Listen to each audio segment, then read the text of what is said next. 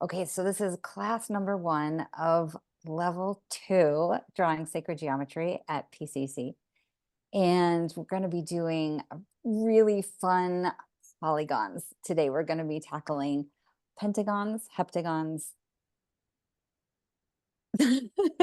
pentagrams, and heptagrams. And I'm going to say right now, I'm going to transpose gons and grams the whole night, just so you know. But we're going to have fun with these shapes and look at some of the occult wisdom and the way these shapes have been used for power and influence over the past centuries. But before we get into all of that, let's drop in. Let's take a sweet moment, closing your eyes and bringing your attention inward, just letting yourself drop in, starting to take some nice deep breaths in through your nose and releasing out through your mouth.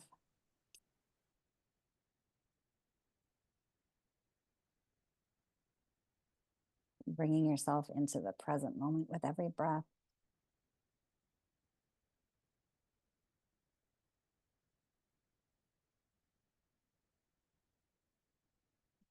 Creating a sense of spaciousness, simultaneously relaxing and energizing with the breath.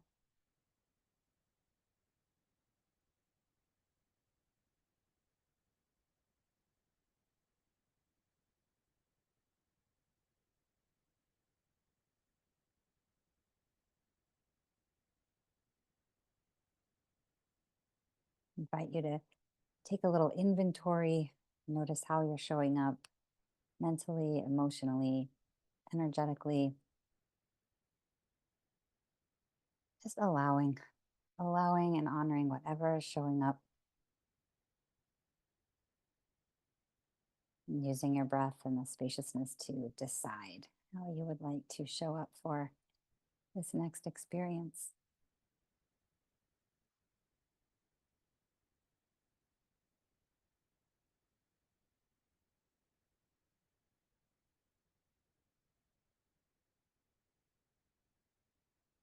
Maybe choosing to pivot towards a state of receptivity, towards a sense of trust that the perfect amount of information is going to be available for you.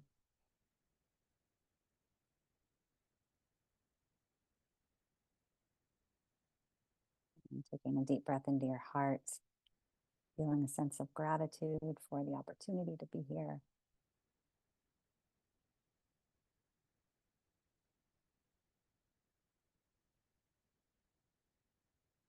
For the opportunity to be together, and for the chance to open and expand our consciousness into the next levels of our chosen path.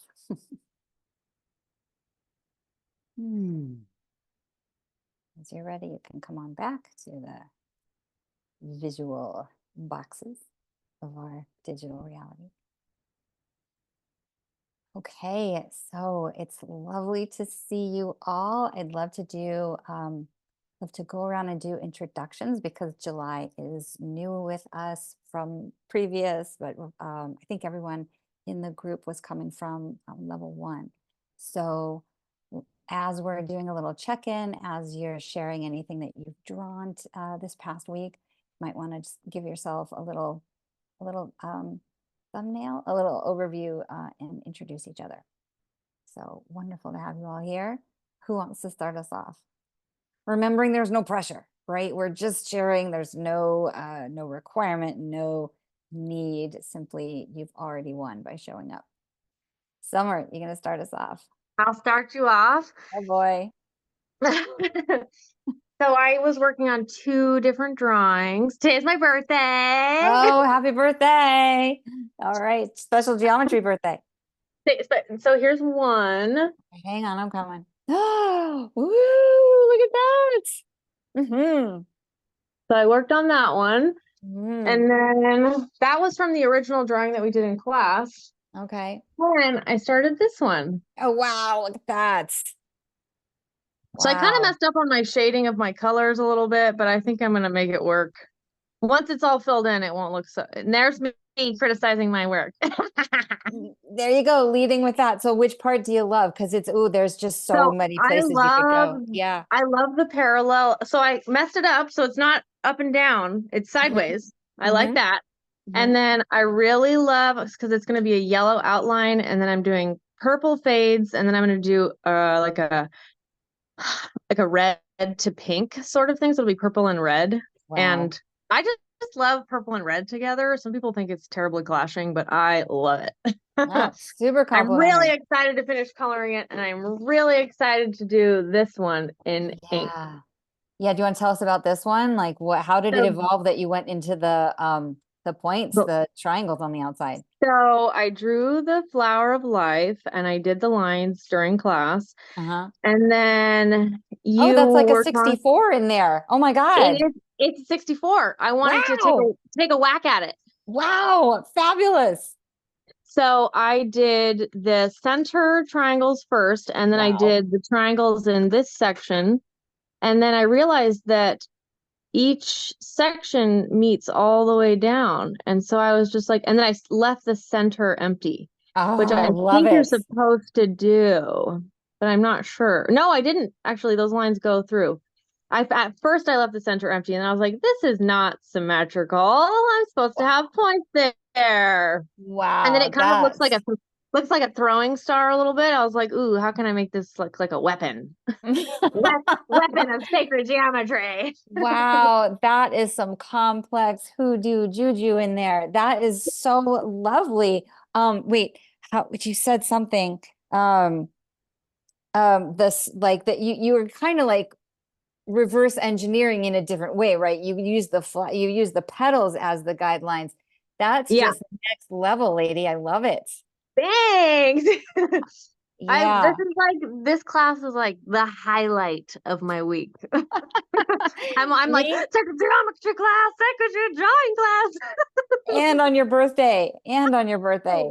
That is spectacular. And I love, I really love the one with the purple because it just Yeah. has so much potential. Like it can just go Yeah, any which way. So they're both I know. spectacular. I was Yeah. really excited to take a whack at reversing it, Yeah. like doing the Brilliant. flower and then inverting it. So it was just like the shadow or whatever. I don't even Yeah. know how to describe it, but Yep. it was Love it. difficult. My whole flower of life was just completely wonky on this whole section. And I was like, okay, if I just draw it in pen and I forget, if I fudge the whole thing, then nobody will know that I Yep. messed it up. But now you know, Nobody because I needs, told you. yeah. Nobody needs to know anything. And especially like covering up, like you can use the color to repair little glitches, little imperfections. Exactly. Oh, awesome. Way to just jazz us right up. It's my birthday. I gotta jazz you up. Happy birthday. Oh my God. Well, Thanks. thanks for sharing the joy. Those are incredible. Yeah, All right. no problem. Yeah, whew, high bar. Summer set a high bar. All right. Who's gonna go next? Just let us know how you're doing. All right. Leiko's going. Hi there. Hi, I'm Summer's mom, one of her moms. And I'm actually really sick with the flu right now. I'm fevering and chills, but isn't that so great? I can still attend class even though I'm sick, right? So I really appreciate that. Yeah. And yeah, so I love this class too. This is one of the highlights of my week. I'm so glad that we all get to do this together. And I didn't really get to work on anything because I've been nursing my sick family, but it's been inspirational for me to look at and to meditate on. So thank you so much. Oh, wonderful. I'm amazed you made it. I remarkable effort and your spirit, psyche, soul, and expansion. Thank you. And also understand if you have to bail at any point. It's good to see you. Yeah. Okay. I can't get my lighting right here. Who would like to go next? I'm shadow. All right. We'll do the best we can. All right, Madeline. Hi. Hello. Hi. I had a good week. I really enjoyed those sound files, Mm-hmm. listening to those sound files while I was doing some backtracking and trying to redo some of the stuff we did in class. So thank you for those. Those were like very, very lovely. Yeah. But I was really wanting to color in. I did a simple flower of life, and I felt like I needed some warm spring like bring on the spring colors. Uh-huh. Oh, how So, delicious. Oh, yeah. so this is kind of like spring, please come Oh, soon and bring warmth. oh God, that feels so good. That just feels so yummy and warm. Oh my goodness. Oh, thank Yeah. you for that. How delicious. Oh, and also this is next to me today, which is also kind of a spring is coming. Oh, the camellias. Oh Yeah. gosh. Yep, we don't And have camellias look at here in the that, look at desert. all that Yeah. sacred geometry in there too. So sacred geometry. I love the camellias. Yeah. Oh, beautiful. Oh, I'm gonna live vicariously in spring through you all. I miss the Northwest. I'm definitely missing it, but it's beautiful here, but it's dry and rock. Thank you, Madeline. That is so yummy. It's funny because you said the simple and it just does not look simple. It just looks beautifully complex. And yet, It's the simple one that doesn't have the extra row around it. yeah, but it looks, Mhm. I don't know anyone would look at that and go, oh, there's the simple one. It's lovely. Love your Yep. choices. All right, thank you. Let's see, we've got July, Andrew, I think, okay, yeah, hi there. Hi, I can go. So I'm actually in Florida, so greetings from Florida. I love seeing everybody's work because I took the class with Nadi a few months ago, so I haven't really been drawing, to be very honest, but I am very excited for this class because I'm just so fascinated by. I'll send you a picture, everyone in the meeting group chat, if you can see it. I just keep coming across this kind of imagery where it's very clear that within the circle Ooh, you can create equidistant points. I'm just fascinated by that. That there's I'm not sure if you're able to see that, but yeah, I just want to learn how to do that, like how to create the equidistant points. And it seems like this is what similar to what we're going to be learning. So yeah, that'll be cool.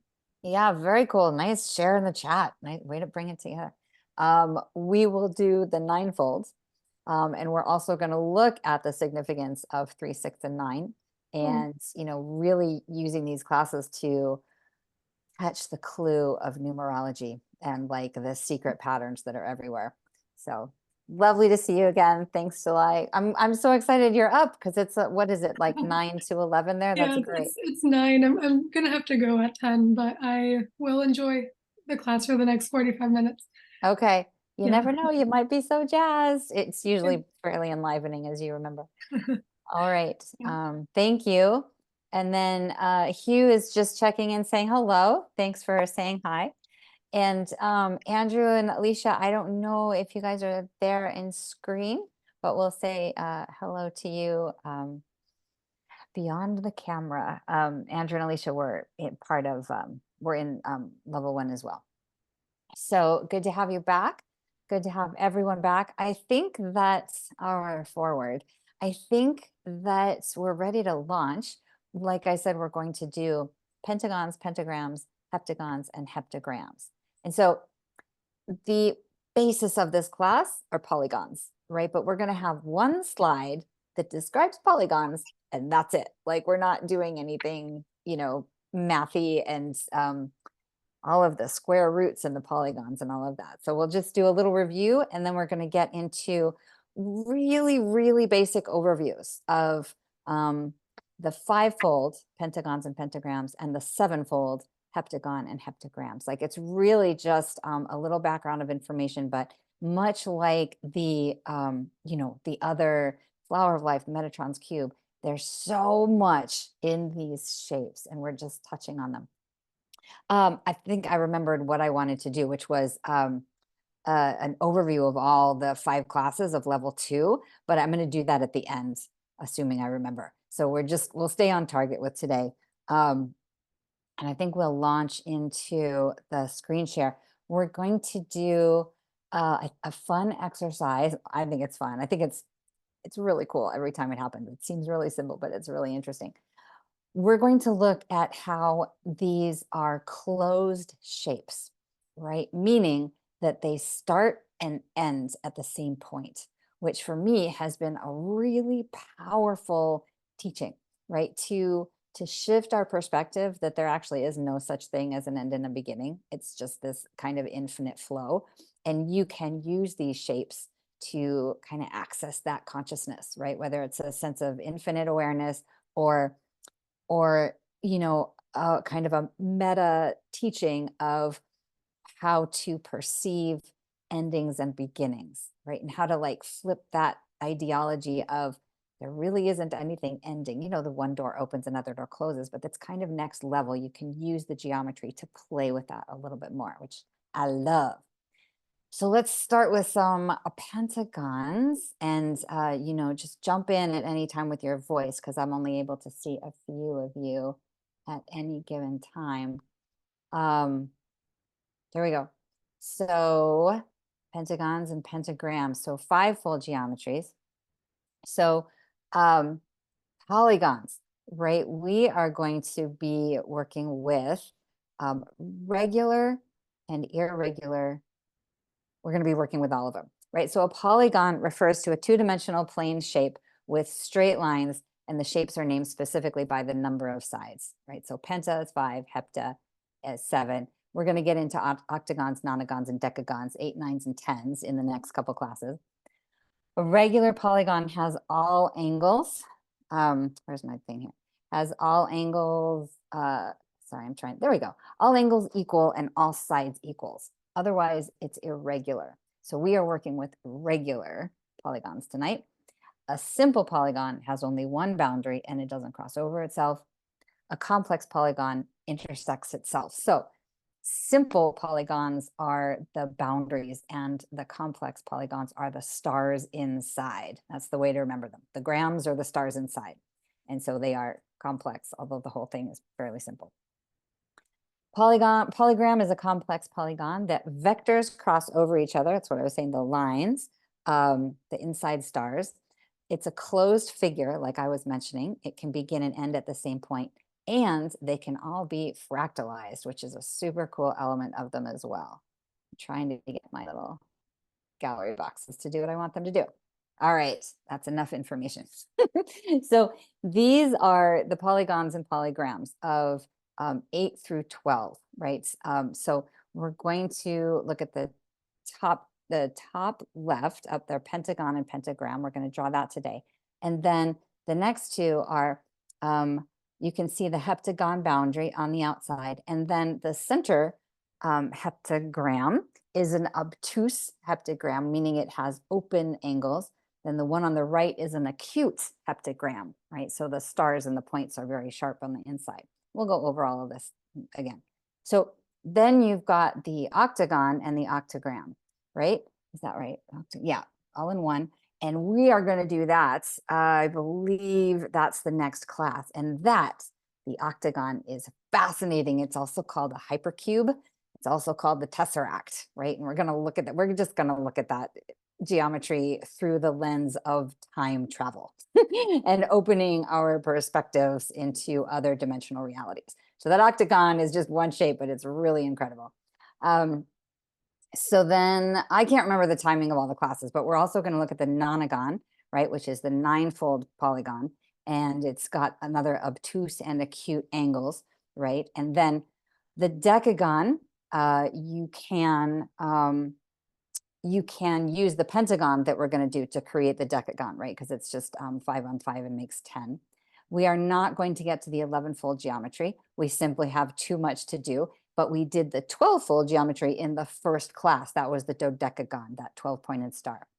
So these geometries have been used in the mystery schools for centuries, right? This is the Hermetic Order of the Golden Dawn, right? This is one of the higher orders of occult wisdom. And you're not going to be able to see this up close. It's just mostly to represent that they have used these geometries to harness and influence the material world, right? So again, it's like when we learned from the beginning with vibration, frequency, and geometry, it's taking the material world and working with the geometry to embody the potency of the numbers, of the shapes, of the balance, of the harmony, and the symmetry. Again, just like with the Flower of Life, the Metatron's cube, it's about bringing our awareness to multiple elements, right? Shifting our consciousness to the energetics to magic and mystery. And, you know, the 5 points of the pentagon specifically representing the 5 elements, right? Again, with Metatrons, right, we've got fire, earth, air, water, and ether, bringing in the essence of energy and harnessing it. And then the golden ratio is also in this pattern and in many of the, if not all, the polygons.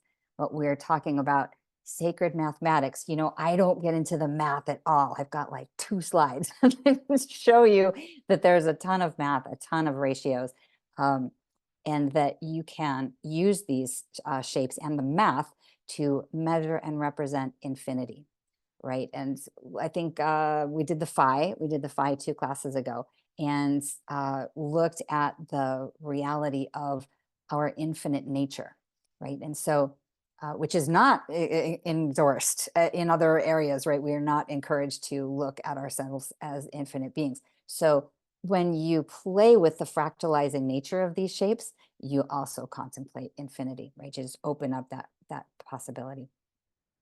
So you've got the geometry woven throughout Kabbalistic tradition. Freemasons mention the Hermetic Order of the Golden Dawn. This is alchemy, right? Using the geometry is how to tap into the divine and effect conscious change. And so we've got, you know, paganism that uses the pentagon and the pentagram and the pentacle to use invoking and banishing rituals and spells and working with the 5 points of the human body to activate the fullness of our potential. So there's the elemental piece I was talking about. This is such a tiny doorway into, you know, pagan tradition and use of the 5 points. You know, I'm going to come out of screen share. There's a way to use the body in ceremony of, you know, starting at the top, coming down across to the legs, up and over to the right arm, across to the left arm, down to the leg, back up to the point, right? We are a star, and you can, because it's a closed system, you can start and stop at the same point. You can activate the system through that geometry, through the parallel of our body. And it's kind of like the phi ratio in our DNA, right? Again, it's like using us as the geometric patterns to influence, you know, our intention, right? Okay, back to the fascinating slides. So here's the phi ratio. We saw that in like first class early on, and you've got here's the segment of 1, the green segment, and then the pink is 1.618. So you've got all these beautiful relationships and ratios. And again, oh, I got Chris coming in. Again, we've got all of the mathematics. We've got phi, we've got pi. Every equation, every harmonic is represented in this shape. It's so fundamental, right? And I want to welcome Chris, who's just popping on just in time. And we're looking at the pentagon and the pentagram. And you know, if we were mathematicians, we would be using the angles, the equations, the symmetry, the proportions of this geometry to manipulate space-time and write equations that explain the material world, right? Using the math of these shapes is just as powerful as, you know, using the energetics or the harmonics, right? It's all in there. It's all in the mix. And you can start to see some of the fractalizing parts where you've got the light blue pentagon on the outside, then the darker blue pentagram is on the inside. Then you have another green pentagram and then another green pentagon, right? We're going to play with that, how it just keeps repeating itself. It keeps repeating itself in a lot of ways. This is an infinitely spiraling pentagon, right? This is all of the polygons creating that phi spiral, right? It's going to close in on itself in that harmonic pattern, right? It's just so cool just looking at the various ways that it unfolds. It's a perfect fractal, right? We're going to draw it, but when you draw a pentagram, right, the star, the inside of it is a pentagon, which then frames another pentagram, which then frames another pentagon. And you can play with this on and on and on. Lots of different drawing potential with this shape, right? So again, it's asking us to contemplate that infinite nature right? Like, how does this shape repeat fractally? And then, of course, pentagon being part of the dodecahedron, right? So we've got that connection to the hexagonal, flower of life, Metatron's cube, the platonic solids, right? We could have a little pop quiz, which platonic solid is this, right? Dodecahedron. So then a friend of mine, I found this online. This just blows me away because we're going to have spring soon, right? So look at that fivefold geometry in the passion flower. Like, I just we get to look at springtime in a whole new way, right? Because all of the flowers, all of the symmetry of the natural world. It's about, I say this at the beginning of the other series, it's about remembering, because all of this is in here and we've just been so cut off from it, And here's part of how we got cut off. So, we've talked about how the geometry was used to program and reprogram collective consciousness, right? So I know the pentagon goes way back beyond 3,000, 3,500 years ago BCE, but we're going to start there with this exploration.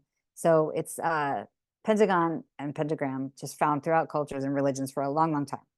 So in 1855, French Catholic deacon Alphonse Louis Constant, he was kicked out of the church for magic, right? So heresy, got to go use that information elsewhere. Changed his name to Eliphas Levi, and wrote Transcendental Magic, right? Kind of like started us off on that train. All of the different fractions of the church were going in different directions. And he was one of the initiates of magic and using geometry with magic. He wrote, a reversed pentagram with 2 points projecting upwards is a symbol of evil and attracts dark forces, right? And this is part of where casting a spell and spelling and the power of symbol and words to influence, this was part of that, I don't want to say dark magic, but it's the manipulation, right? And we live in this duality, so it can be manipulated for positive forces or evil forces. And the geometry was linked to evil forces, right? To ward us off, to like keep us away from the potency of the geometry, right? This symbol was determined to be the symbol of satanic cult worshiping, right? So then you've got in the 1960s, in America at least, you have Anton LaVey created the Church of Satan, and you saw this like in our collective psyche, you saw this rise of occultism coincided with reports of serial killers. This is like the whole time of the Vietnam War coming to an end, and like veterans coming back traumatized. You get the Hell's Angels, you get this development of this evil darkness coming into our collective psyche, right? And it's represented by this geometry, right? It's brought into our awareness. The satanic panic in the 70s and 80s. I remember growing up with the Green River Killer in Seattle. That sounded terrible. Growing up with the idea of the Green River Killer in my, like, be very afraid. There are serial killers everywhere, and they were represented by this geometry, right? So then you're, oh God, it's just so terrible. And oh, that's a great transition, isn't it? So, looking at how these geometries are used, looking at how our consciousness is influenced, manipulated, you could say disempowered, and then how claiming it, reclaiming it, looking at it, understanding it, noticing it when it's being used, that's all part of the empowerment. It's part of why I talk about this stuff. I gotta figure out a better transition in there, because to go from the pentagon into sacred geometry crop circles, it's just abrupt. But I love, there are tons and tons of crop circles that have pentagonal geometry in them, pentagons, pentagrams, and they use that fractalizing nature to, to do whatever they're going to do, right? So what can we do by working with these shapes, right? What are we calling in? We talk about intentions and setting intentions when we draw, like all the time. So playing with the potency of the 5-pointed star and the pentagon. It's just a different angle of understanding the influence of geometry over our consciousness. Very general overview, like really, really simplified, but looking at how it's been used over the ages to wreak havoc, kind of. And you know, you see like 666, you see all these different strategies to control. It's a control program, right? And so when you start to examine, you start to not assume, right? You go, oh, wait a minute, is 666 really a dark evil number, or have we just been told that? Or like, is a pentacle really dark and evil, or is that part of the programming? And when you start to peel away programming on that level, you start to peel it away on larger levels, right? And the facade kind of tends to dissolve. And I think that on large scale, that's what's happening, is the illusions of duality, separation, lack, scarcity, and power structures. They are very brutally dissolving, right? It's a rough process so far. And so, you know, working with the geometry, there's these meta patterns that our psyche is applying. We don't really see them, but it encourages questioning. It encourages deconstructing. And so we do it in class, we do it with these little 2D shapes, but really, again, it's that 90% of our subconscious mind being turned on and starting to notice geometry everywhere, starting to notice patterns, and reclaiming, right? Reclaiming conscious awareness of our environment. So it's a great tool for us to wake up with. All right, thoughts or questions before we get into things? Chris, good to see you. Glad you made it. Yep. All right. Yeah, there you go. I have a quick share. I actually I went to school in Southern California, and Anton LaVey, he bought a big section around South Coast Plaza, and he put in this beautiful park and some other things. We actually, some of us ran into him. My brother bumped into him a bunch of times because he was in college down there, but he's a really he was actually a nature worshiper. And you know, he's like known as being this like Satanist, but he's actually he's a worshiper of nature, and he's a really peaceful, he's a vegan. And he did all these beautiful things for the city there, and he incorporates a lot of sacred geometry and a lot of nature elements into all of the things that he did down there. So yeah, I think he's passed away now, but we saw him at a cafe, a vegan cafe, with he had a younger wife. He had a dyed black beard. He looked, you know, like how he's supposed to look, but he's really, really nice, and he had a beautiful family. So just to like kind of like, he has that dark image on like that, but in real life, he's this total nature loving, like gothic looking hippie, like gothic, not goth, but gothic, more like the guy with the pitchfork, more than a, you know, more than a Satan thing. He reminded me more of like the old school farmer. So Yeah. that's No, I'm so glad that you brought that in, because like, question everything. Right? Yeah. Like, don't, like, whatever I share, you know, if things are off or amiss or disjointed, like, none of it is truth, right? All of it is the best that we've got. And so thank you for that, because it's, you know, it's good not to take any of it too seriously. So, oh, we're going to get into drawing. Chris, did you want to say hi, check in before we, some are nice, before we get drawing? Sure. Hi, everybody. Apologies for being late, but it's good to be here again in round 2. This is great. So hello. Thanks for the welcome. Oh yeah, good to see you. Nice to have you here. And so we ready for pentagons and pentagrams? I'm remembering to say this, it's the happy geometry dance. I'm remembering to say this, which is to draw lightly, because we're going to erase a bunch on both pentagrams and pentagons, and heptagrams and heptagons. So starting with our regular landscape orientation, I'm going to go screen share, and we're going to look into the pentagon here, which is really fun. I love this one, and I've taught it a bunch of different ways, and this I find is the funnest. I know that's not great, really word, but most fun, easiest, like fewest steps possible. We're going to start with a 3-inch radius on our compass, right? So we're going to get a 6-inch diameter total and a 3-inch radius or width on our compass. And you can, of course, measure to the center of the page, but once you get the circle somewhere, we're staying within the circle. So it doesn't have to be centered perfectly. And I think I chose a 3-inch circle. You know, we could I mean, technically, let's see, technically you could do a 5-inch circle and get a really nice thing, but let's just stick with these measurements for today, because this is what I've chose. I chose this because it's hard to get your compass to open wider than this sometimes. So that's wider than what the circle requires. So you can play with it. Obviously, again, that's the only limitation for the size. So go for the center of the page, whatever, you can eyeball it, 3-inch radius and a nice full circle. And even that can be light, because you ultimately can erase it if you want to. So a nice light boundary.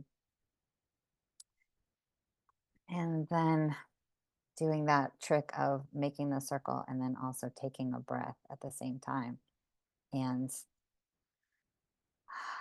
such a beautiful blank canvas, right? Like this portal of infinite potential here, this circle. If you'd like to take a breath, take a pause, and name any kind of intention, perhaps for this moment or today, or if it's your birthday, the coming year, whatever you are, wanting to have more in your life. I always want to encourage everyone to use the geometry that way, to bring a conscious intention, because then the geometry really embodies it, right? It holds that frequency.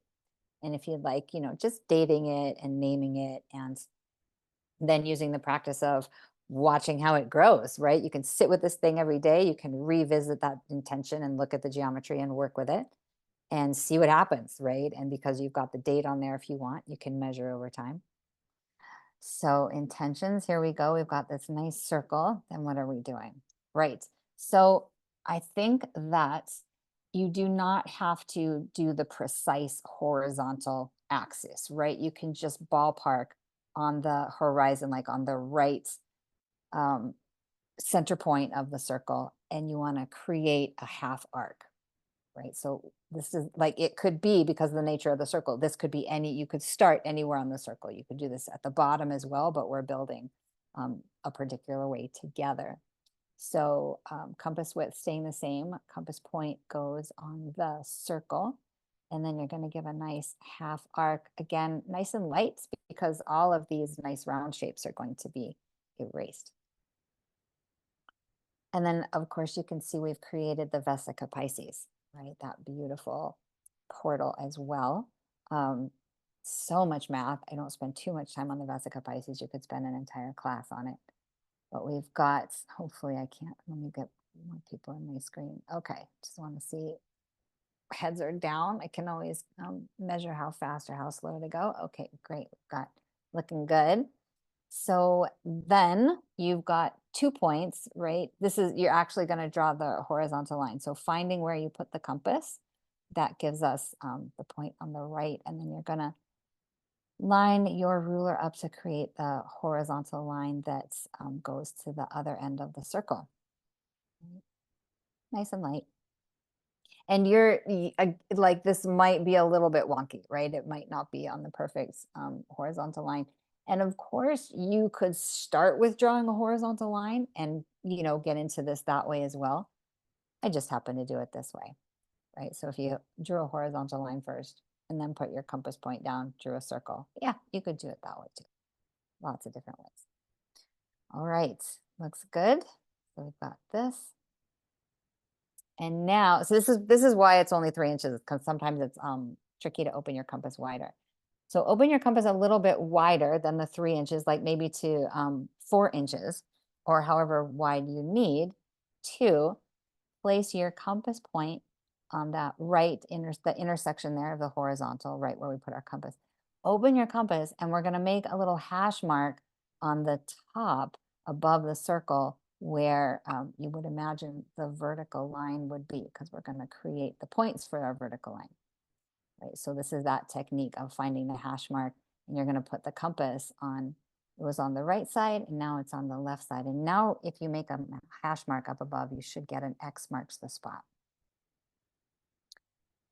The cool thing about this is your compass might be on the inside of the circle as well. It doesn't matter. It will still work because we've got the proportion the same, right? It's tricky to learn that, but is that working out for everyone? Are you getting the X with the hash marks, okay? And then you want to darken in that little point on the X up above, and that's going to give you the coordinates for your vertical line. You're going to go up from that X marks the spot down through the center point of the circle to the bottom perimeter, right? And so we've used the circle to divide the space, right? This is technically called squaring the circle, right? Where we're going to find the cross points for the inner segments. So cool. Yeah, Madeline. Does the X have to be on the outside of the circle? Can it be on the inside of the circle? It can be on the inside. It's still going to give you Okay. the same vertical. Did you get the Okay. vertical line either way? Yes, but Yes. Isn't that cool? I wasn't, I did too, because my first one came in inside the circle. Okay. But you Okay. can do it inside the circle. It'll still give you the vertical axis, which is Okay. so cool. So yeah, and then you just want your vertical line to go in the boundary of, you know, inside the circle. That's what we'll do ultimately. No problem if there's that little tip on the top as well. That's what I've got there. I'm just going to erase all of it anyway. Okay, did that work out, Madeline? We all set? Okay, great. So now we're going to bisect the vesica Pisces. Look at how hip you guys are to the terminology. We're just going to draw a vertical line from the tip of the vesica Pisces to the bottom tip, top tip to the bottom tip. This is just part of the math of this thing. There's all sorts of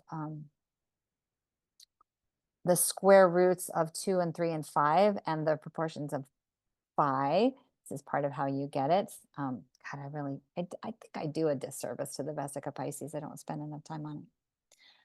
We got this. All right. I'm just trusting everyone off screen has this. All right. Looks good.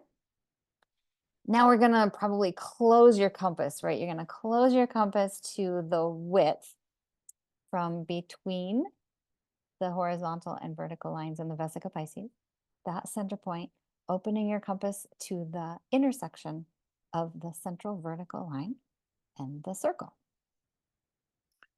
Opening to that width. And as many steps as you're seeing in this pentagram sequence, this is the one with the shortest amount of steps, which is why I don't tend to get to the pentagon too much. All right, so we've got that. Now you're going to put your compass point at the center. I didn't show it. Compass point is going to go right at the center intersection of the circle, and you're going to draw a half arc that opens up the full shape to the bottom and top of the vertical line. You know, you can kind of fudge around like we've done before and try and, you know, get the tip to the to touch both the top and the bottom intersection. Your compass point is going to go at the center of the circle. It goes right there at the intersection of the horizontal and vertical lines. Then you're just going to swing that arc from the bottom to the top of the vertical line. So when I open up the compass from the vesica bisect to the bottom, it comes out the same width as the outer circle. It may very well. Well, then you don't get that line inside. Right, that wouldn't be quite it. So, I mean, it's actually outside the circle. so you opened this width? Yep. Okay, and then you put the compass here in the inside on the inner point? Yeah. And then you drew that? And the pencil is outside the first circle. Mine too. Nadi, it seems like we're supposed to put the compass on where we used Yes. to. That Yes, would make, thank yes, you. that That's would it. do it. That's That- it. Thank you, That would July. do it. Yeah. Perfect. Just like it shows in this picture. Yep. Thank you for that. I appreciate that correction. Thank you, Hugh, for pointing that out. But isn't that awesome how the harmonics, we've got the same ratio as 1/2 segment of the circle. This is the same measurement of that. So thank you. Everybody got this now from that? Work it out. All right, team effort. Thanks, everyone. Looking good? Only seen a couple. Okay, great. Thumbs up. All right, awesome. Then, magic of all magic, we're going to close the compass to the width of the bottom vertical intersection up to the point that we just created with that arc, right? The intersection of the horizontal line and that arc. We want that width, you know, go for a little bit of precision, but don't worry about it. And then using the same compass point, we're going to leave the compass at the bottom and we're going to make a mark on the left side of the circle, on the perimeter of the circle where the red dot is. So this is going to be that strategy of using the center point on the bottom of the circle to swing the compass to the left, and then also swing it to the right and do that same mark parallel on the other side of the circle. Looking good? Okay. Awesome. So we've got right and left sides. Now we're going to take the compass and use that mark on the left to make the next mark up above. And we did that on the left side, and then you're going to swing it around and do it on the right side as well. And this is going to give us our 5 points, right? The bottom, central, and then these two top, the two points on either side.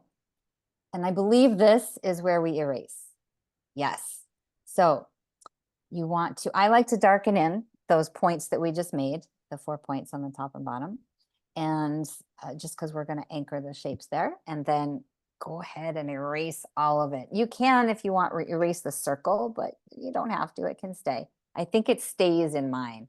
But I think I also didn't get to drawing the polygon boundary, so we'll do that together. And it's the kind of thing where once you get practiced and you know that you want a specific shape in the end, then you remember, you know, how to draw it lighter or darker in order to emphasize different shapes. So, looking good. All right. Doing some nice erasing and taking some nice deep breaths as we erase. We forget to breathe. So we're going to draw this with the point down. Yes, it's going to be the point down. Okay. Yes, technically the pentacle, but it will be the 5. You could orient it from any of the 5 points. And then simply, right, this shape is about connecting the points. And you can go in any direction you want. I believe that I started on the horizontal. I think I just started this way. When we draw the pentagon like this and the pentagram, it's not evident that it's a closed shape, right? The way I've drawn it. We'll see that on the heptagon. So just, you can do line by line. You can do this however you'd like to do it. I just started with the horizontal line, and then I went on the left diagonal. You're just connecting all the points, and that's how you're going to find the pentagram, right? This is the 5-sided star inside. All right, am I scooting ahead too fast? It's kind of a free form right now. You can create the star anyway, but we're connecting all the points. And if you also connect the points around the boundary, that's going to be the pentagon, the outer boundary. And we're doing the pentagram, which the way we've done it is the pentacle. Okay? But very easy to flip. You could, we could have just chosen a different orientation, right? Like if I can't explain it without showing it, but if we had started at the top rather than the bottom, we would have a downward facing, we would have an upward facing triangle. So then with your pentacle, aka pentagram, now you can see you've created the pentagon in the inside, right? So this is the fractalizing nature of it. And then you can use those 5 points to create another star inside. Looks like everyone's got the pentagram. So then you can just keep going on and on and on. And you've got 5 points that create 5 points that create 5 points, and so on. All right. I'm on a screen share in a second. Leave that pentagram up.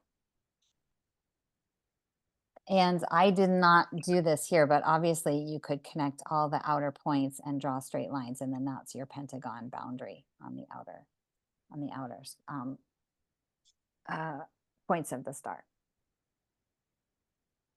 And of course, if you want, you can keep going in and in and in with that shape. So iterations to your heart's desire. And then we'll do a little check-in and see how this is landing with everybody. It's a lot of steps to get to the pentagon. So if you specifically want that shape, now you have the way. But you know, on an average day, just going like, oh yeah, I'm going to do all that work it takes to get to a pentagram when I can just use my compass and make 6 circles and do a flower of life. Totally different energies, right? All right. So, okay, still drawing. That's good. Erasing drawing. This is one of those very satisfying straight line geometries, right? All of the polygons that we're going to do, they're just, you could say very masculine shapes, even though they originate out of the circle.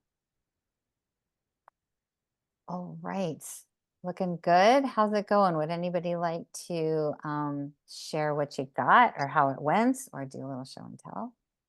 Either way. All right, Summer's going to start us off. Let's see what you got. So, I don't know if you can see it. It's so No, light here. yeah.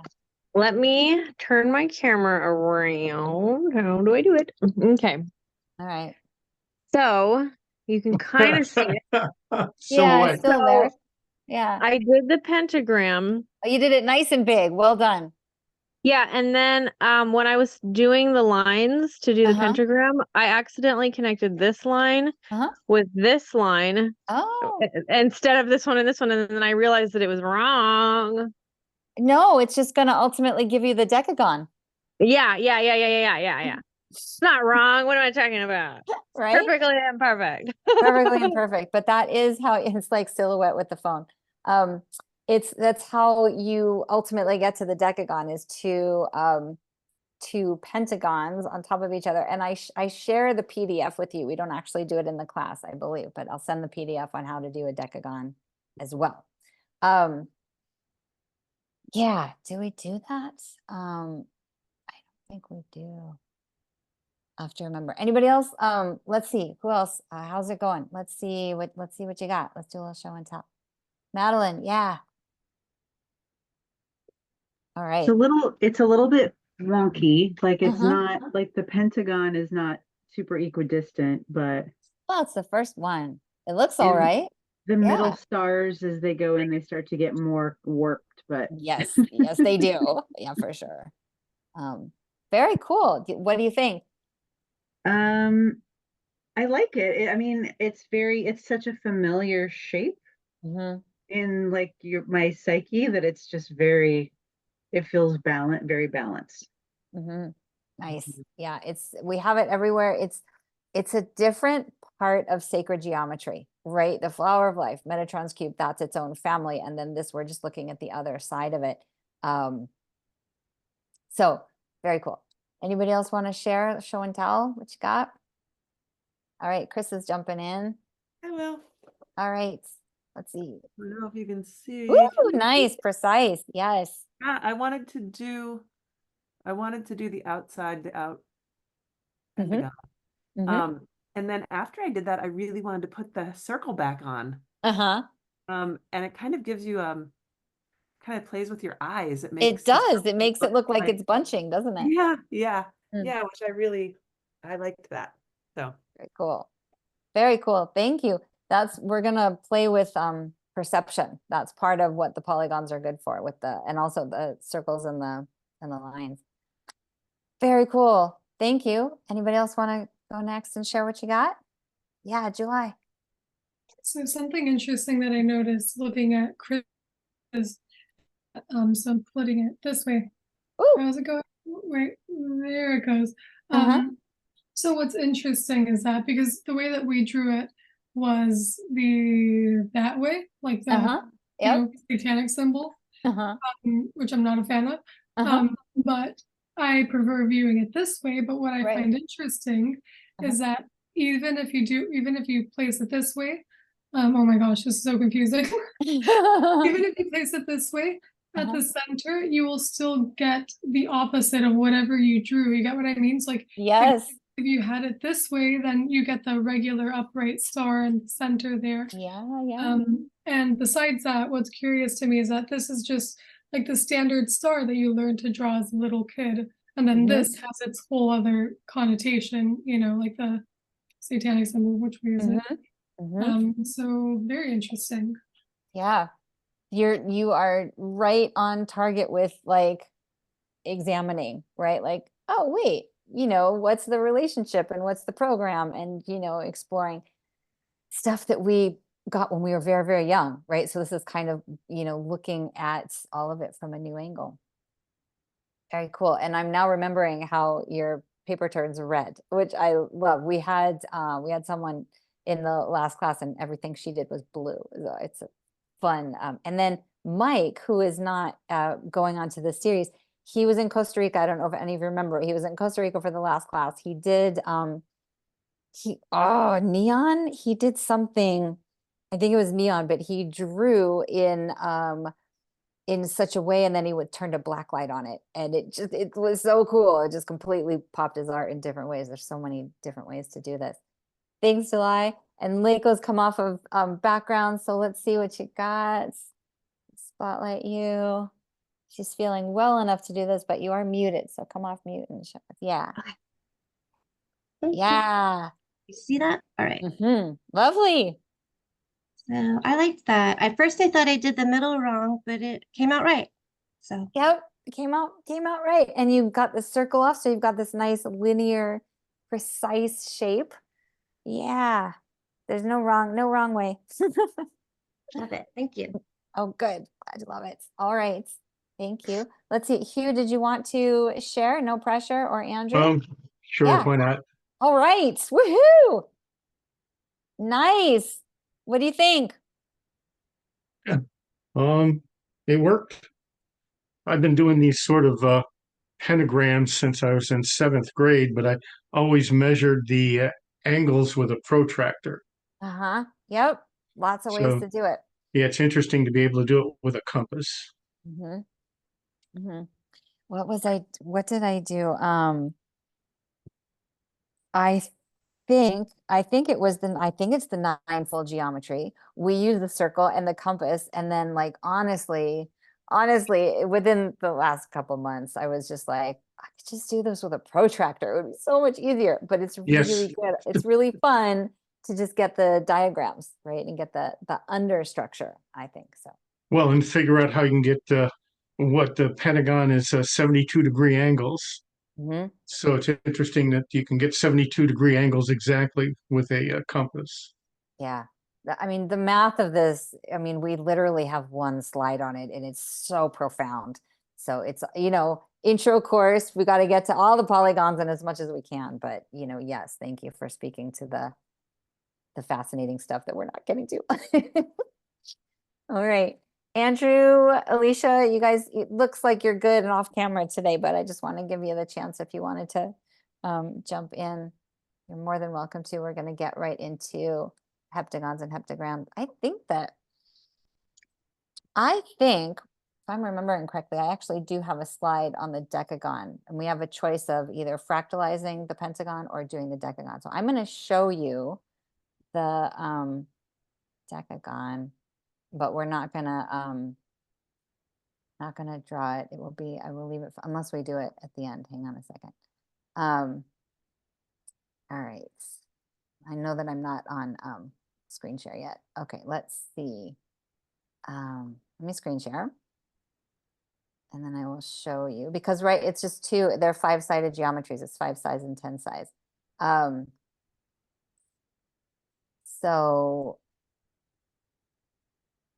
So this we would go through, and I'll send this to you, obviously. We'll go through decagons. You go all the way through the pentagon. And I think the thing is we don't fractalize it, right? So I think I meant to pause. I think I meant us to be able to go on to the dodecagon no, sorry, the decagon, so much math. But here, I'll show you how you do it. You just use the pentagram as the orientation. So the inner points of the star, right? Those inner divots, that's what we are using to create straight lines, right? That go all the way through those points to the outer perimeter of the circle. I mean, you can, let's see, should we still do this? It's going to get a little messy. Well, and some of us also did the second star in the middle. Yeah. Look, I'm just going to show you, I'm sending you the PDF. So we're doing this step and, no, see, we could do it because you don't have to draw the line. So let's do this. So take your ruler and, you know, or originate it at the bottom point of the star, right? And then we're not drawing the line, but make a mark up on the circle up on the top, right? So that'll be bisecting the shape all the way at the top. And then we're going to do the same thing 4 more times, right? We're going to use each of the 5 points. So starting with, you know, you can start at the right or the left, whichever one you want to go to, using each point of the star and then measuring the ruler through the opposite intersection and then making a mark on the opposite point on the circle, right? So you're going to get 5 points that are, oh, sorry, my cat is killing me there. Okay, that are going to be opposite of the points, right? So you get 5 more points because we're going 5 on 5 is going to get us. We're going to do the decagon, right? Even though I don't have the original pentagon. This is nice because I can just be off a little bit and you guys still know what you're doing because you're professionals at this point. And then with those next 5 points, you can do anything you want, right? You could create a pentagon from those points, and then you would get this sort of shape, which is super cool. But if you drew the pentagon, which I think most of you did, you'll have the double boundary. You'll have a pentagon facing up and a pentagon facing down, and they overlap each other. So this is all sorts of fun, right? You can do the boundaries on top. And I want to see what people came up with, because everybody had a pentagon and I didn't. And so it's going to look super cool. You will likely have this, right? So I erased everything on the inside to create that outer boundary. How's that going? Is that making sense? I'll come back here. So we got those 5 points, and then you can make that outer boundary. And that would be an upward facing pentagon from what we had. Sorry, how did you get those 5 points again? Yes, I know how you get the top one, but I don't know how to get the sides. Right. So here's the, we use the bottom points, right, for the origin of the ruler and went up through that intersection. So then you're going to just orient the ruler to each point of the star, right? So tip of the star, and then it goes across through the sort of X marks the spot, right? The intersection of the inner star is showing us. So you can just pivot the ruler to the next star point on the top right, and then measure through the opposite intersection. Just like you did with this one. You're just going to pivot it, and I see now. Thank you so much. yeah, so measuring with the, like, orienting the ruler at this top right point, and then you got it down across to the opposite intersection. And that's how you get those 5. And then you can connect those points. I just got excited about the fractalizing, but I think I meant to help us go on and do the decagon. But we can still get it anyways, because geometry is cool like that. It's very forgiving. All right, Chris has got the ruler to the hat. What's happening? How's it going? The beanie's getting...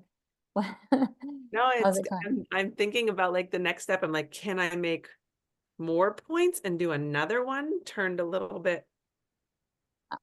Yeah, I probably, let's see.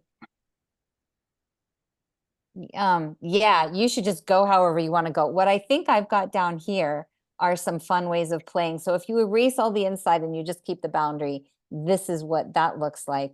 And then more fun shapes on the next page. So these are iterations, right? I've played with what would be the decagon that outer boundary, and then creating what would be the decagram, which is the inner complex polygon where the lines are crossing over each other and creating a 10-pointed acute star, right? The obtuse is the open one that we've created, the 2 polygons.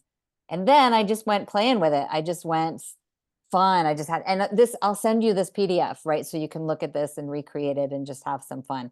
But there are so many places to go. Here it is, fractalizing again. So I'm going to come out of screen share. Did everybody get the 2 pentagons on top of each other, the decagons? Playing, all right. All right. You got it, despite my handicaps. All right. Does anybody, can we just see quickly what you got, different forms? Because I didn't have it. Mine wasn't going to mirror. All right, Chris, let's see. Hang on. Woo, hang on a second. Let me see. Oh, yeah, there it is. Yep. And you got the circle and the stars in the center. Nice. All right, awesome. Anybody else want to share before we go into heptagons? Looking good? Thumbs up. Okay, happy. All right. Pentagons, pentagrams, decagons, decagrams. You got it, Summer? You want to share? You look like you did for a second. Can you see it? Oh, it's so light. I know. Huh. Where is it? I can see a little bit of it, but not There it is. much. Okay, here. Let's see. All right. We got to get to the heptagons. Okay. Let's You, see. yeah, you can get to them. I'll just. Okay, we'll get to them. All right, let's do that. Let's go on to heptagons and heptagrams, and you can keep playing if you want. We're going to get to 7 sides now. Again, very, very quick little overview here of heptagons and heptagrams. No, that's the flower of life. Oh, man. Hang on a second. Why does this keep happening? Don't bear with me. I don't want that one. Here we go. All right, we're back. Are we on screen share? No, we're not on screen share. Okay, here we go. I lost you guys. All right, now I found you. Here we go. Okay, this keeps happening. All right. This is another way. I'll just go really quickly. This is another way to how to get the pentagon, but it's super annoying. It's how I did it for a long time. So single circle, second circle, third circle. Building the whole way. There's your Vesica Pisces, and I don't actually, this one's just silly. It's very complex, and it's just, you know, again, another way to build it. And you're using all of the different internal angles to find the pentagon, right? Not as fun. I like the way we did it better. Okay, heptagons and heptagrams. So, oopsies. All right, heptagon, also known as a septagram, is fundamental geometry incorporated into the most basic aspects of our human story, right? 7 planets, 7 alchemical metals, 7 days of the week, like 7 hermetic traditions. Like this is how to really tap into some of the mystery. And it's so cool because it's kind of asymmetrically symmetrical. It's a fun shape. And we're honestly just the beginning. So it's a symbol of magical power in paganism. The obtuse heptagram, which I'll show you, is is it this one? The larger boundary. It's the softer inner angle, and then the sharper inner angle here is the acute heptagram, right? So the obtuse heptagram, the larger one, was used as a symbol in the Kabbalah, and later by Aleister Crowley in the Knights Templar, which it was known as the Star of Babylon or the Seal of Babylon, like ancient information encoded in these geometries.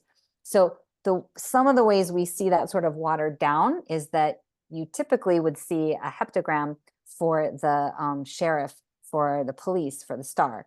And sometimes you'll see it as a hexagon, sometimes a 6-sided, but when you start seeing it as a 7-sided geometry, you'll start seeing it everywhere, right? This was some sort of police debriefing I was watching, and I was like, oh my God, there's a massive heptagram there. So San Jose Police, it's kind of, you'll see it all different ways, but we don't recognize the potency of these geometries, right? We just, again, just kind of take them for granted. Here's the sevenfold geometry, the heptagram, fractalizing infinitely. This is graphic design. Obviously, you could play around this with, you know, rulers and lines, but that one gets tricky. Magic number 7 in other cultures and deities, which include the 7 pillars of wisdom in the Middle East, the 7 faces of Hathor in Egypt, 7 mothers of the world in Southeast Asia, and the 7 chakras in our spiritual systems, right? Spirituality, awareness, communication, love, healing, wisdom, power, sexuality, creativity, basic trust. Interesting that there's 7, right? So it's kind of like, oh, we haven't gotten to that one yet, but there's a universality in this shape, in this geometry. And so you're tapping into that universality when you're working with a 7-fold geometry. Well, thing goes wrong all the time. My little gallery view. Sorry, I have to fix it, and it's not fixing itself. This is one of my favorite elements of 7, right? So these are the 7 hermetic principles of the hermetic law. And these, if you study, like these are principles that the Essenes and different spiritual lineages and traditions would use to interpret reality, right? That if you study a single element, either, I can't see that top one, cause and effect, rhythm, gender, polarity, vibration, correspondence, and the top one is lost to me. Each of these 7 elements of life are ways of mastery, right? And my favorite one that I work with is polarity.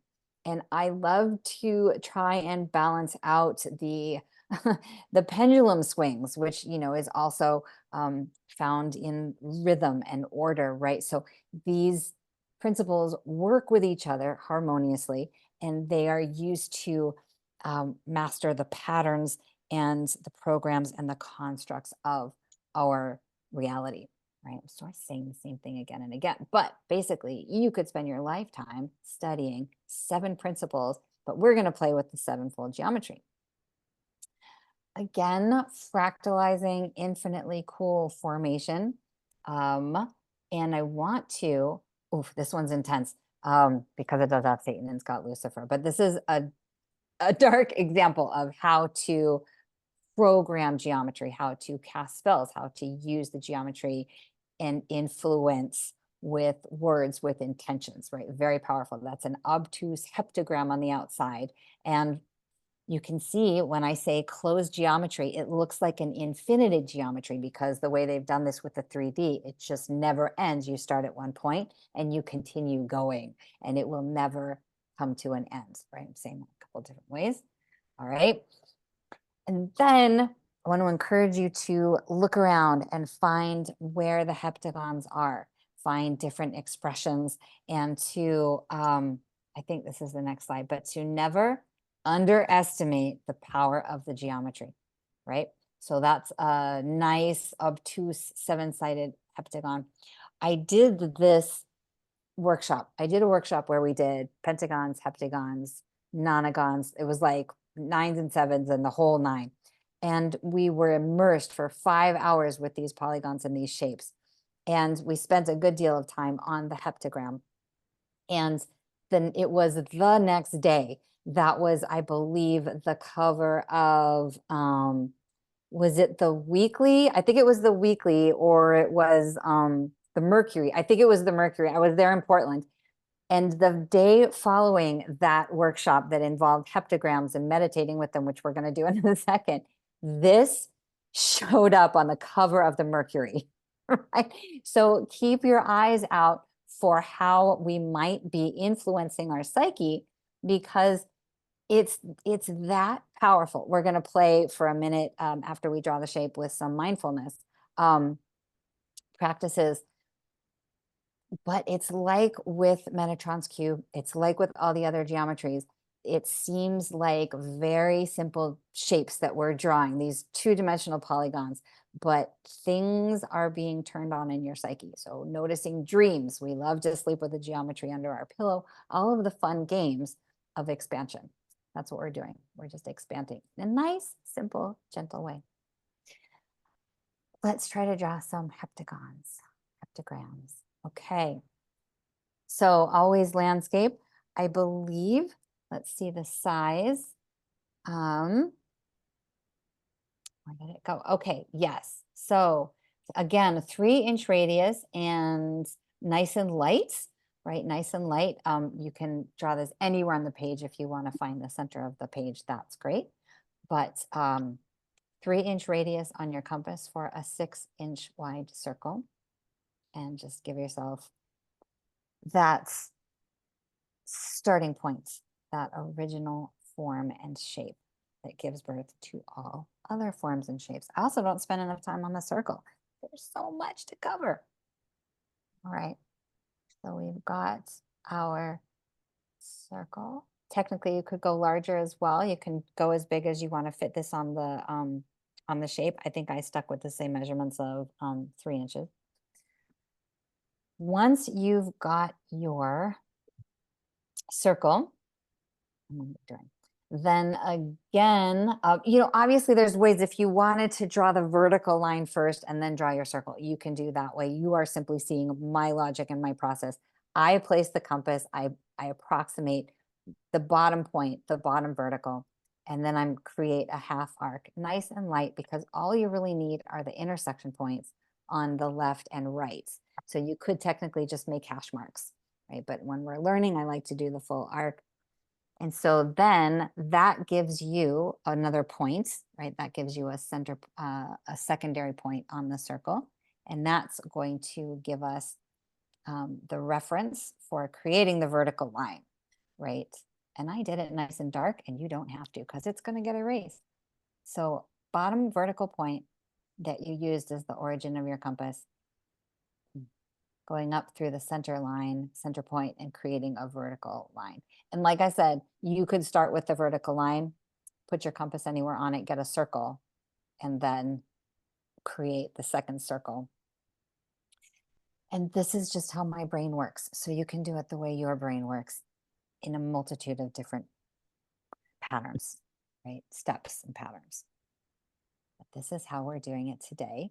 And you want to then draw a vertical line, horizontal line across from A to B. And I marked them A to B just for me to be able to share the steps with you. You don't have to do that.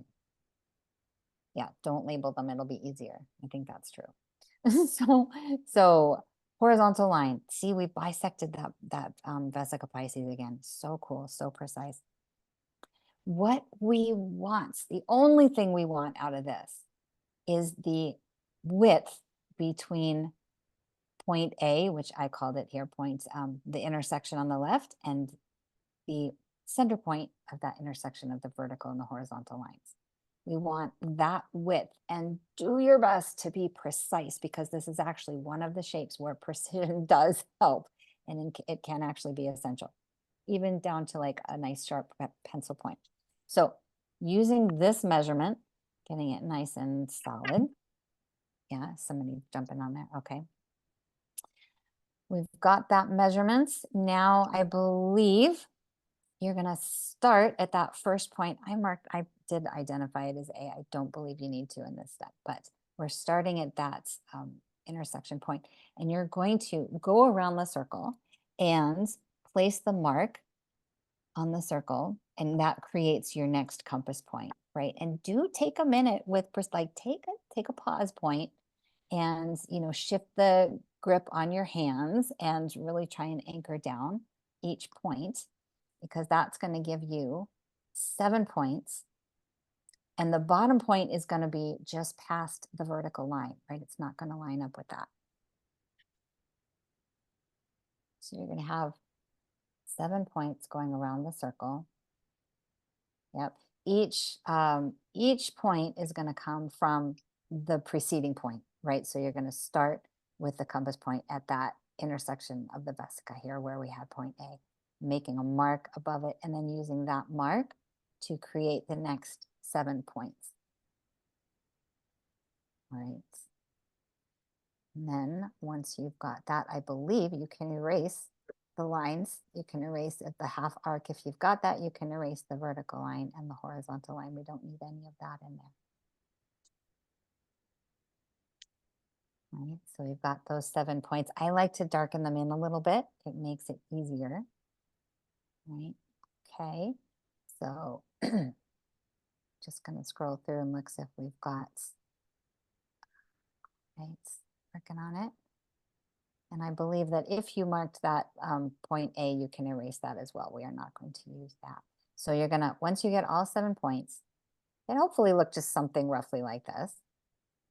Then you can erase. Oh yeah, that little gallery box is just so annoying. There we go. You can erase that vertical line, the horizontal line, the half arc, anything on the inside, and then vertical lines that extend beyond the boundary. You can erase those. So you've got 7 points, and then we're gonna alphabetize them, right? So darkening the points. Take your time, don't rush. I will not go past this point. Clockwise, starting with A at the top right, and then coming around through. Gosh. G, it's got to be G, even though the way my PowerPoint is doing this. Wow, it's a mystery. It's got to be G up there. So we got circle. You've got 7 points alphabetized. G, right? And so let me pop out a screen share and see. Does everybody have that so far? Everybody's got all 7 points, A through G. Looking good. Okay, now we're going to use this geometry. This is going to be a template because we don't want to have to go through that every time. So I'm just going to tell you what that means. Let's see. All right. Yes. So what we want to do to create our obtuse is literally starting at point A. You are just drawing a line to connect every other point. So you're going to start at A. You're going to skip B. You're going to come down to C. And I've got this, like, I've got each step written on the left there. So A down to C, and then C over to E. So you're going clockwise and skipping every other letter. And we're going to start at A and we're going to finish at A. And it's part of the mystery here. It's part of the closed geometry mystery. So D, let's see, A to C to E, and then up to G. Nice deep breath.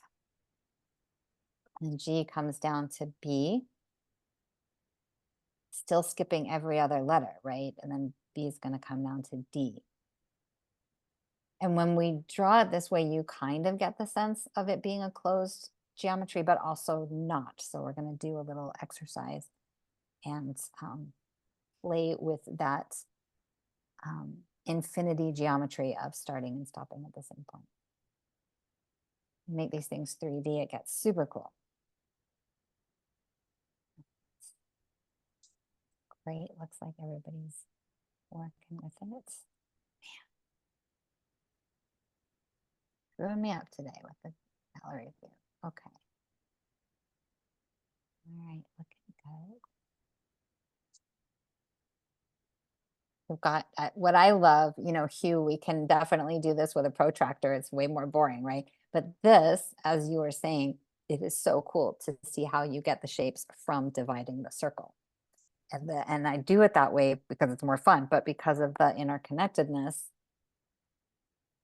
of the shapes.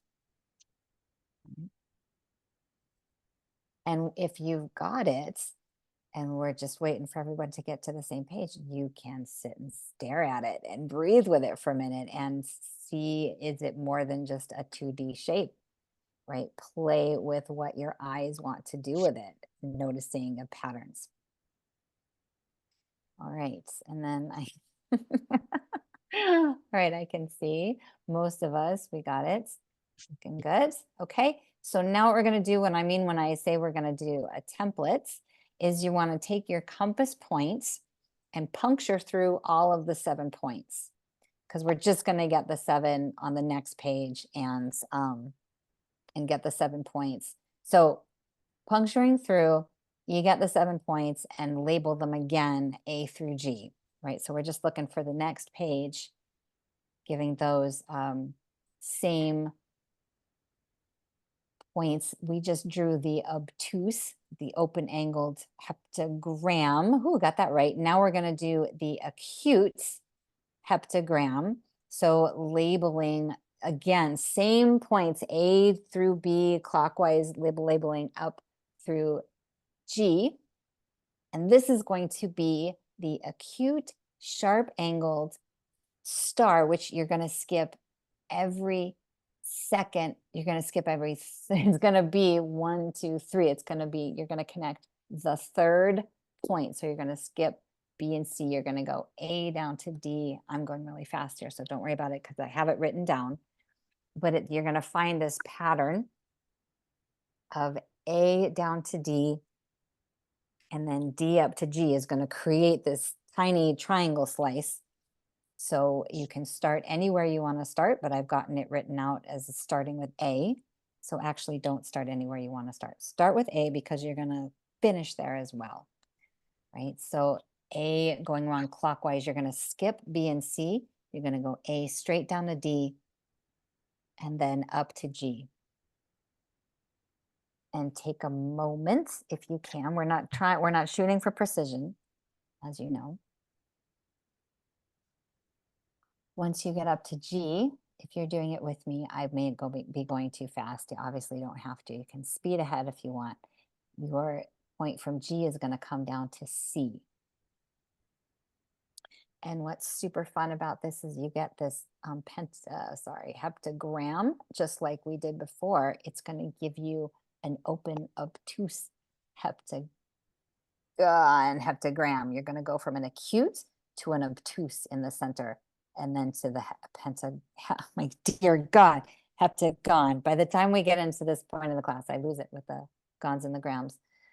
So C can go up to F, and you're just repeating that sharp angled pattern. C up to F, F over to B. I like to just cut the points. I don't look at the outer boundary where I'm skipping the letters. I'm using the inner angles as my reference points. So then B goes down to E. Remembering to breathe with all the points, all the Sharpie points. All right. Looking good. Looks like everybody on screen, I can see it getting it right. Good.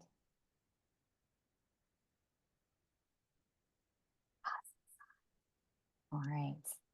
I still got heads down, so I'm not going to come out of screen share. All right. And then you can, I love it. You've got the acute heptagram, then it forms the obtuse heptagram, and then it forms the heptagon on the inside, right? So they're all in here. Part of the magic and mystery. It's so cool. I mean, it's just like with the pentagon, it's going to fractalize. And you can draw another acute heptagram on the inside because you've got another 7 points. So you can just fractalize with this one as well. We're not going to do that just yet.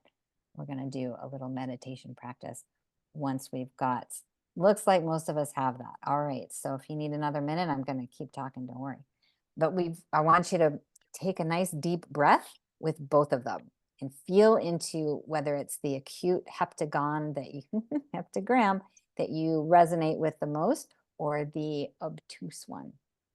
Whichever one you like, we're going to choose one. And just for the practice, you can ultimately do it with both of them, but just for the sake of doing this right now, you're going to choose one, and then you can also choose a color, right? Or a pen or a pencil, or you don't need any utensil at all. You can use your finger.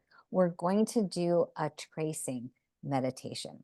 You could also choose and use the pentagram that we did, but I think the heptagram's more fun. No, actually, you can't. We want to do the heptagram. So stay with this shape. Choose either the obtuse or the acute, whichever one you like. What we're going to do is we're going to play a little bit with the infinitely continual pattern, contiguous. So pencil of your choice, pen of your choice, what we're going to do is trace. And I want to invite you to go all into this meditation. I'm going to put some of that frequency music on for just 2 or 3 minutes. And you're going to trace. You're going to start at A, and either with your finger or a pen, you can trace. You can play with this. You can do any kind of speed, pressure, arts, anything you want. I'm going to put the, I lose you guys with this because I'm going to optimize sound. And I believe that this is the way to get this frequency to play. So let me see. Okay. Can everybody hear that? Let's see. Let me choose one person. Summer, can you hear the frequency music in the background? Yeah, I can. Okay, great. So everybody then, drop what you're doing. Put your finger, pen, or pencil on point A and trace, going from point to point and finding the closed geometry elements. I'm going to pop in every couple of minutes, and well, we're not doing it too long, every minute or so, and remind you to breathe. Let yourself bring your witness in, bring that observer self, and watch your process. Notice what happens as you let go into this practice. Nice deep breath.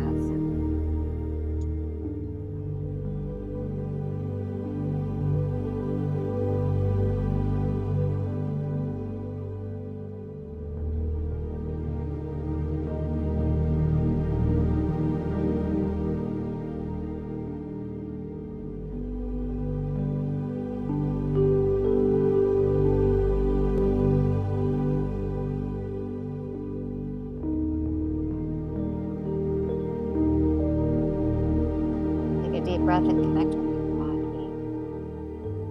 Deep belly breath.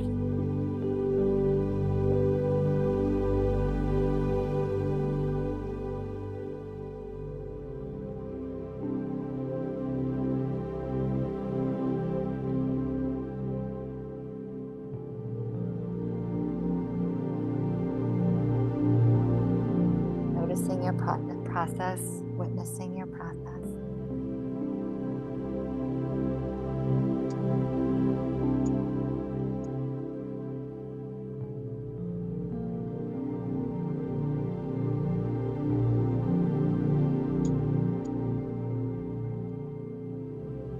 Bringing your focus back to the tracing.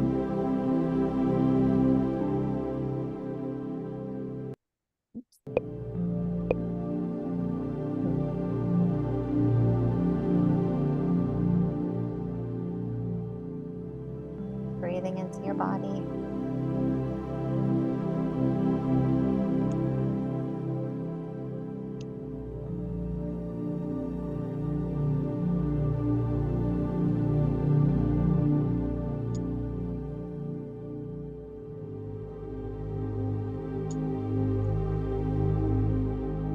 Noticing what arises.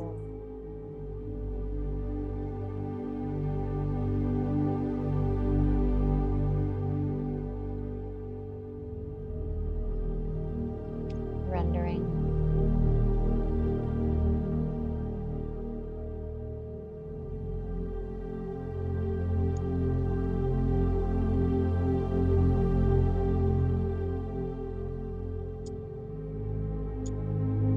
A nice deep breath.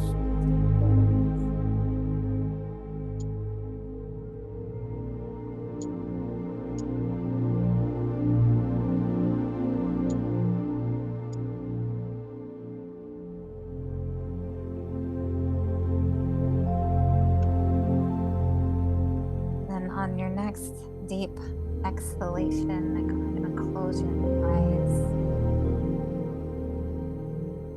See if you can see the shape. Your eyes closed.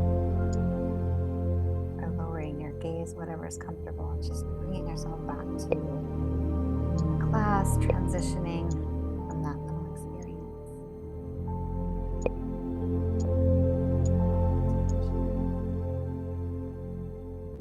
Stop. Oh, I've just done that. Hang on a second. and seeing us the whole time. Where do I go to do that? Just like that. Hopefully. There we go. All right. So how was that? How was that for everyone? What did you notice? What did you experience? Which one did you choose to this process? How'd that go? What'd you use?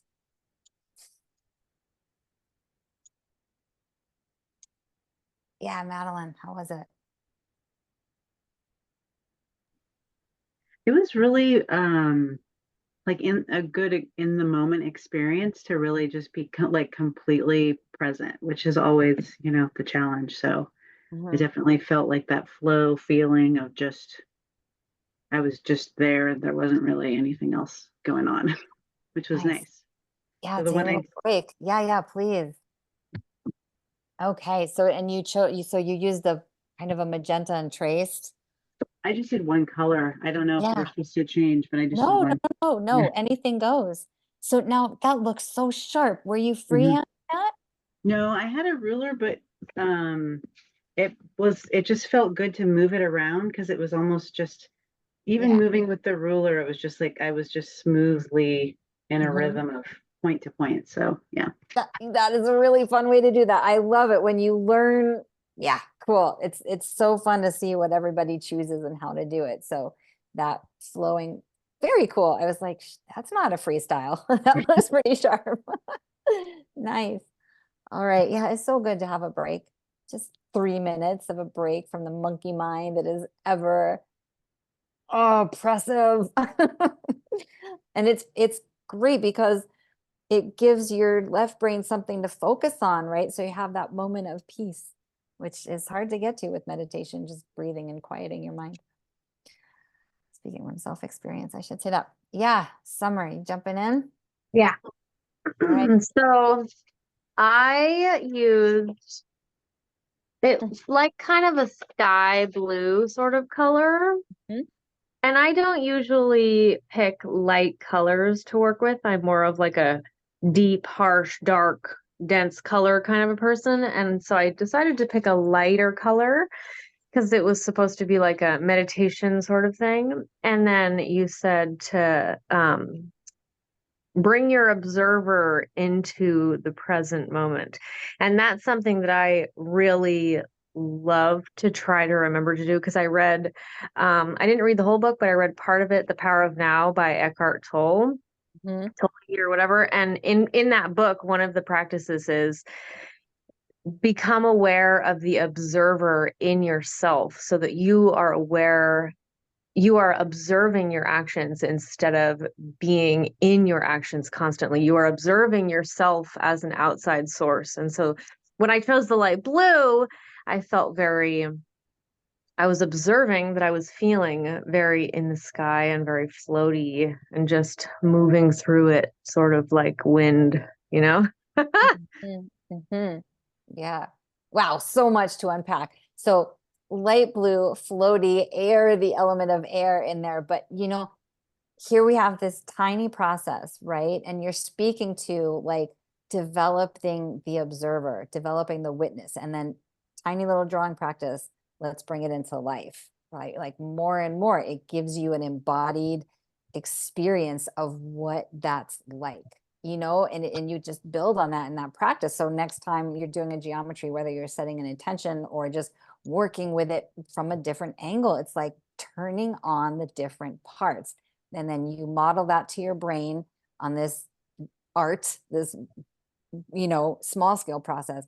And then it fires up and it you just more and more you see how to apply that, right? Totally. Lovely sharing. I love the depth of your experience. Thank you for all of that. Thank you. I don't mean to go on. I just get so excited from everybody's share. All right, Chris. I have to jump in after that because Summer, my intention today was to continue to witness and realize I am not my thoughts. And so I totally was having that same intention of exactly what you were talking about with Eckhart Tolle. Yay! Yeah, like when you just said that, I was like, oh my gosh, because I had, one of those days at work where I had to keep reminding myself, like, Let's I'm detach. gonna detach and watch what's happening as opposed to being what's happening. Mm. So yeah, so thanks so much for sharing that. That makes me a little bit, I have the chills right now. Oh, you're welcome. Ah, So I love that happened. I really whoop. freeformed. I just Ah. grabbed a bright orange, and I would bright orange is not a color I would choose either. Mhm. Um, and at some point I thought, oh, I wonder what color that aligns with chakras. Mhm. And in my mind, I think it's the sacral chakra maybe that's orange. Just below the navel. Well, it's Yeah. both of them. If you did red and orange, the sacrals, yeah. So that's your Hara. That's like your Dantian where your power is, right? Yeah. I started with green and I put Oh, the green down and I went to orange because green's one of my favorite colors. So yeah, great awesome. experience. Thanks. There's something so potent into color choice, right? So that's its own meditation. And then you both using this, oh boy, that practice of witnessing, the practice of detachment. Like this stuff is like we're sitting there tracing a star for 3 minutes, right? So much in here, and you guys are maxing out the experience. I love it so much. But Chris, I love it. Well, both of you said that it's not a color you would normally go with. That's exciting. That's fun. So, um, um, thank you so much. Thank you. I feel like there's a quantum field here, connection, right? Like we're seeing each other sort of riffing on the same themes and working with it that way. That is the official demonstration of the quantum field. So, all right, and Madeline, and we got Leiko, who Hugh texted he'd like to pass. He's here in the quantum field, and then I think Andrew's. I think you're off screen today, which is awesome. Just hop on if you want to. But Leiko's dropping her her background so she can tell us what her experience is. Great. Maybe not. You're still feeling well enough. You hung in there for the 2 hours. That's powerful. All right. How'd it go? That I've got chills of a different kind, but Oh, you but got some shadowing going on yeah, already. so I use watercolor. I only have like 2 watercolor pencils, purple Mhm. and blue. So I use my purple one, and then I trace. So I use that, traced it, and then I use a watercolor pen, like a water brush, and then I Mhm. traced it with the water brush and kind of faded it all in. Oh, it's beautiful. Beautiful. What was the feeling since you've got so much body awareness going on right now? Um, I thought I thought I was lost for a second. I was really amazed at the shape turned out when I was drawing it at first. So I really like this. This is neat. I have never drawn this shape before. So this is a lot to contemplate. Yeah. Thank you. Oh, great. Yeah, it seems simple, but it's also complex. And it's hopefully this has demonstrated the micro practices that can lead to the macro application. And that's what you said, Leiko. I love this. It's like at first I thought I was lost, right? But then you just follow step by step and it's not, it organizes itself, right? So we can have that feeling along the path of like total disarray, don't even know what's going on. And then just like for me, the way I hear that is just one foot in front of the other, right? One step at a time. And you just break it down into chewable bites and it's more digestible. So that's that for today. We're a little bit early, but anybody else have any other observations, thoughts, applications? Really, Chris, oh yeah, Madeline, yeah. Did we all choose to do the obtuse? And if that is the case, I find that interesting as well. That is interesting. Yeah. Oh wait, no. So I think everybody did the acute. It's a summer. Everybody did the points, right? No, did everybody do the obtuse? I think we all did the points. Points. And Very I also good. I didn't say, but I also chose a color that I never use. So maybe that was I feel like seeing that and hearing that it was in an in sync moment as well. Very in sync, right? So you're right. Everyone chose the acute with the points, and I will tell you that is unusual. A lot of times people gravitate towards the obtuse. So Interesting. very interesting. We could then extrapolate from the micro, macro observations to the quantum field connection, right? You can start like that. I think if everyone, well, we don't know about Hugh and Andrew, but you know, the majority chose, I'm sorry, just the majority of us chose the acute. And what does that say, right? Like, you know, what we should do next time is we should take a breath and connect with each other, right? Like connect in the field and then choose the shape. However, it seems like we already did that. So very, very fun point. And the fact that the colors, I think you might have even mentioned that, but that's fun. All right. Chris, were you jumping in? It looked like you were talking, but okay. You're on mute. All right.